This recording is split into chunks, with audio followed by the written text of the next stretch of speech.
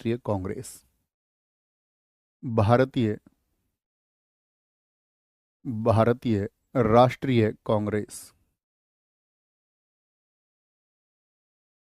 राष्ट्रीय कांग्रेस। ठीक है, इसका जो ये नाम रखा गया है, ये दादा भाई नौरोजी के, अगर हम बात करें, उनके कहने पर रखा गया। इसी को हम बोलेंगे Indian national Congress. Indian national Congress. Indian national Congress.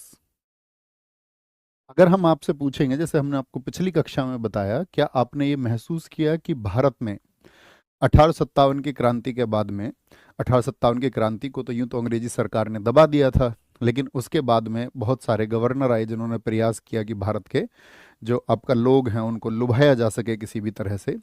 लेकिन आपको पता होना चाहिए लिटन का कार्यकाल कितना था, तो आप कहेंगे 1880 से 1876 से 1880 था, 1876 से 1880 तक।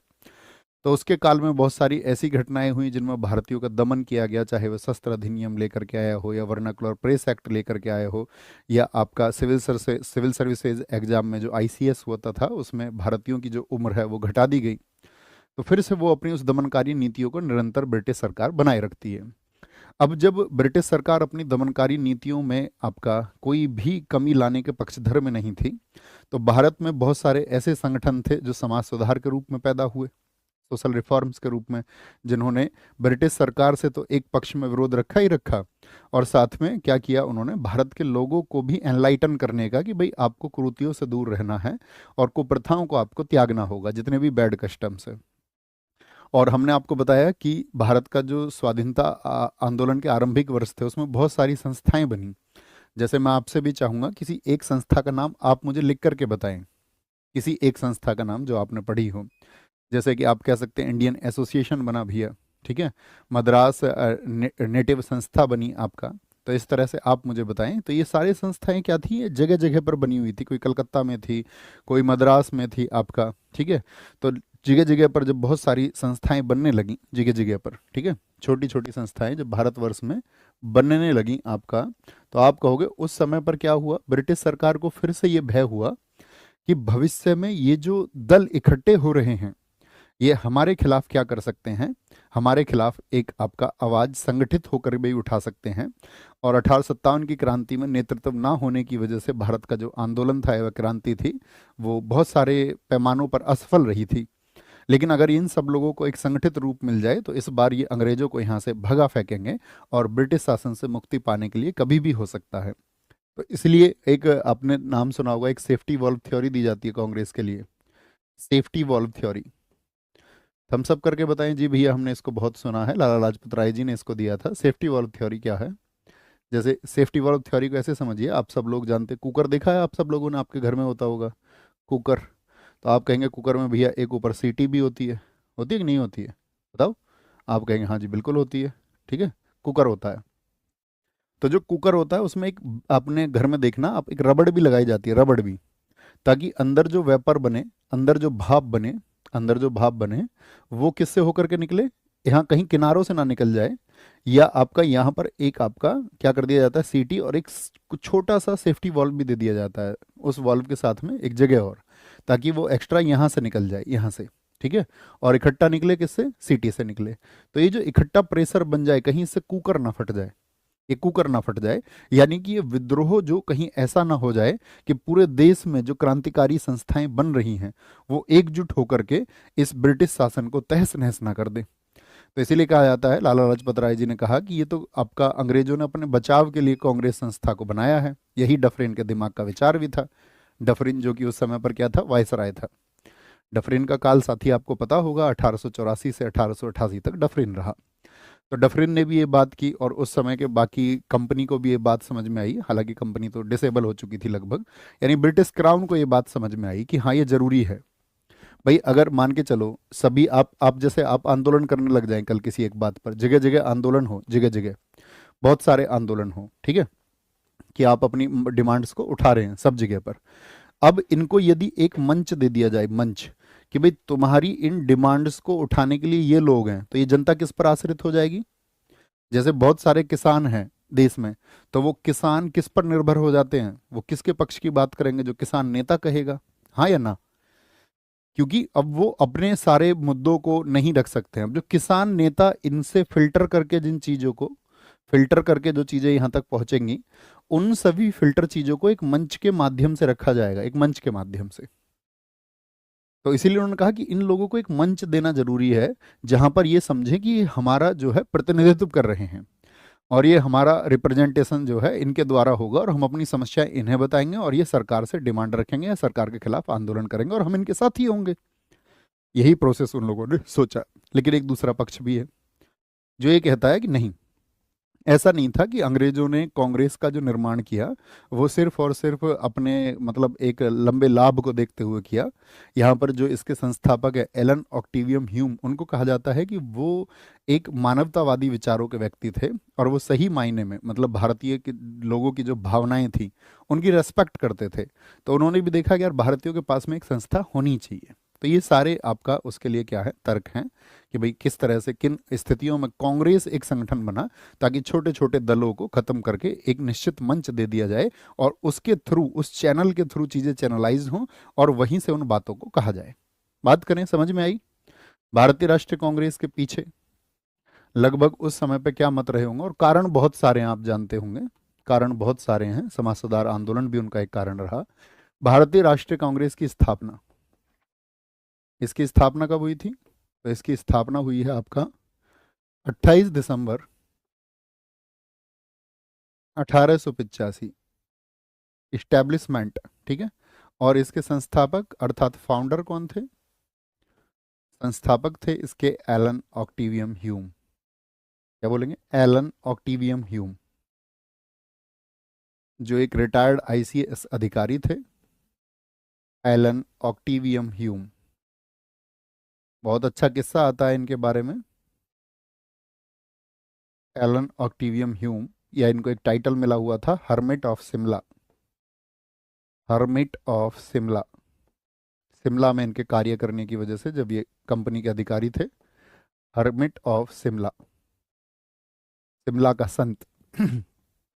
तो एलन ऑक्टिवम ह्यूम, मैंने आपको बताया कि एक आपका रिटायर्ड सिविल सेवक थे इस समय, यानी कि पहले सिविल सेवा में वो थे। तो जब वो सिविल सेवा में थे तो एक अच्छा प्रश्न पूछा जाता है कि 1857 की क्रांति के समय एलन ऑक्टिवम ह्यूम कहाँ पर नियुक्त थे? तो उत्तर प्रदेश में जो इटावा है, इटावा सब जानते होंगे ना, इटावा मैनपुरी। तो जो इटावा स्थल है वहां पर ये आपका इटावा के कलेक्टर हुआ करते थे। 1857 की क्रांति में भीड़ ने जब हमला किया वहां पर इटावा के कलेक्ट्रेट पर, तो इन्होंने देखा कि अब तो लोग जो है मुझको दबोच लेंगे। तो वहां से क्या किया था इन्होंने, एक वस्त्र पहन के यानी साड़ी पहन के इनको भागना पड़ा था, ठीक है, साड़ी पहन के उस भीड़ से बचने के लिए। तो ये उस दौरान की बात है जब ये सिविल सेवक हुआ करते थे। बाद में इन्होंने भारतीयों के लिए एक संगठन बनाया, भारतीय राष्ट्रीय कांग्रेस। लेकिन इससे पहले, जैसे ये 1885 में बना, तो इससे पहले ही याद रख लेना, एलन ऑक्टिवम ह्यूम ने 1884 में इंडियन नेशनल यूनियन की स्थापना की थी। इंडियन नेशनल यूनियन, एक संगठन बनाया था, इंडियन नेशनल यूनियन की स्थापना की थी। इंडियन नेशनल यूनियन की स्थापना की थी, आईएनयू। और ये आईएनयू फिर अगले साल 1885 में क्या बन गया? आईएनसी। दादा भाई नारोजी के कहने पर उन्होंने इसके लिए सुझाव दिया कि भाई इसका जो नाम है वो आईएनसी होना चाहिए। तो आईएनयू क्या हो गया? आईएनसी हो गया, ठीक है। क्या बोलेंगे? इसी के संदर्भ में जब इसकी स्थापना हुई तो बहुत सारे लोगों ने स्टेटमेंट दिए। एक तो पूछा जाएगा सेफ्टी वॉल्व सिद्धांत या बाकी लोगों के स्टेटमेंट, तो लिखिए। लाला लाजपत राय ने, लाला लाला लाजपत राय ने अपने पत्र यंग इंडिया देखो एक मैगजीन भी है, वो गांधी जी की है, आप आगे चल के उसको पढ़ेंगे। यंग इंडिया में सेफ्टी वॉल्व सिद्धांत प्रस्तुत किया कि भाई ये अंग्रेज अपनी मदद के लिए, अपने सेफ्टी के लिए इसको बना रहे हैं, कांग्रेस को। सेफ्टी वॉल्व सिद्धांत सिद्धांत प्रस्तुत किया। सेफ्टी वॉल्व सिद्धांत जब ये बनी, तो क्या कहेंगे? लाला लाजपत राय, लाला लाजपत राय प्रेजेंटेड द, और फिर बहुत सारे लोगों ने बहुत सारे स्टेटमेंट दिए कांग्रेस के बारे में कि भाई ये किसी काम की संस्था नहीं है, कोई फायदा इससे नहीं हो पाएगा। तो उन सब से भी बहुत क्वेश्चन पूछे जाते हैं, तो उन स्टेटमेंट्स को लिखना है ना। जैसे कि अश्विनी कुमार दत्त, उन्होंने कहा ये जो कांग्रेस बन रही है, तो स्टेटमेंट लिख लेना, ऐसे लिख लेना, विभिन्न कथन, विभिन्न कथन, इंपोर्टेंट स्टेटमेंट्स या महत्वपूर्ण कथन भी लिख सकते हैं। तो इधर व्यक्ति का नाम लिखना, जैसे अश्विनी कुमार दत्त, अश्विनी कुमार दत्त, उन्होंने कहा कि ये 3 दिन का तमाशा है। तो पूछा जाएगा क्या, कांग्रेस को किसने 3 दिन का तमाशा कहा था? 3 दिन का तमाशा, ये लोग 3 दिन इकट्ठे होंगे और फिर कोई काम नहीं होगा, कोई डिमांड नहीं उठाएंगे भारतीयों की, ठीक है। 3 डेज स्पेक्टिकल, 3 डेज स्पेक्टिकल। अतिरिक्त बातें मत करना बच्चों आज, है ना, लंबा टॉपिक रहेगा, नहीं तो बातों में फिर हम निकलेंगे। अरविंद घोष, अरविंद घोष, इनका क्या स्टेटमेंट आया था? अरविंद घोष जी का, इन्होंने स्टेटमेंट दिया था कि कांग्रेस एक भीख मांगने वाली संस्था है, कांग्रेस एक भीख मांगने वाली संस्था है। ऐसा कारण अभी हम आपको थोड़ी देर बाद बताएंगे कि कांग्रेस की एक 3P आपका पॉलिसी थी, 3P। 3P में एक आपका, जैसे कि उनको पटिशन, P फॉर पटिशन, वो याचिकाएं भेज सकते थे सिर्फ, P फॉर प्रेयर यानी कि वो प्रार्थना कर सकते थे, और P फॉर प्रोपागंडा यानी कि अपनी चीज़ों का प्रचार करते थे। तो उन्होंने कहा ये 3P पॉलिसी है, ये सिर्फ आपका डिमांड्स के लिए पत्र लिख सकते हैं, मांग के लिए, वो मांग जरूरी हो नहीं है कि पूरी ही हो, ये लोग सिर्फ पत्र लिखेंगे और ये अपनी चीज़ों को ऐसे मांगेंगे अंग्रेजों से जैसे कि कोई भीख मांग रहे हों, भीख मांग रहे हों, है ना। ये अरविंदो घोष ने कहा। जैसे कि आपका एक स्टेटमेंट आता बिपिन चंद्रपाल जी का, बिपिन चंद्रपाल। तो बिपिन चंद्रपाल क्या कहते हैं कांग्रेस के बारे में? वो ये कहते हैं ये याचना का संस्थान है, याचना, याचना भी वही बात हुई, भीख मांगने वाली, याचना का संस्थान है। ये तो गरम दल वाले थे ना जो ये कहते थे याचना नहीं अब रण होगा, institution of solicitation, institution of solicitation. Vipin Chandrapal, ऐसे ही एक व्यक्ति हुए खुद डफरिन। डफरिन शुरुआत में तो बहुत खुश थे, पार्टी वार्टी देते थे कांग्रेस के सदस्यों को, है ना। तो इन्होंने तो पार्टी भी दी है कांग्रेस को, शुरुआती दौर में बहुत पार्टी दी इन्होंने। तो डफरिन का एक स्टेटमेंट आया, क्योंकि डफरिन कौन है इस समय पर? वायसराय है। इसने इसको कहा कि ये लोग जो है सूक्ष्मदर्शी हैं, इनको दूर का नहीं दिख रहा है, सूक्ष्मदर्शी, जब इन लोगों के इरादे बदल गए, सूक्ष्मदर्शी अल्पसंख्यकों की संस्था है, अल्पसंख्यकों की संस्था। अच्छा, अल्पसंख्यक क्यों कह रहे हैं इस समय पर? क्योंकि इस समय पर कांग्रेस में सदस्य कम थे, ठीक है। क्या बोलेंगे इसको? बोल दिया इन्होंने इंस्टीट्यूशन ऑफ माइनॉरिटीज, सिर्फ इतना लिख लीजिए, माइनॉरिटीज। जैसे यहाँ पर एक कथन लिखिए बाल गंगाधर तिलक जी का, बाल गंगाधर तिलक, बीजी तिलक।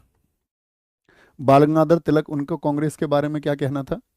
उन्होंने कहा था कि तुम वर्ष में एक बार मिलते हो, और तो उन्होंने कहा वर्ष में एक बार, वर्ष में एक बार मेंढक की तरह टरटराने से कुछ हासिल नहीं होगा।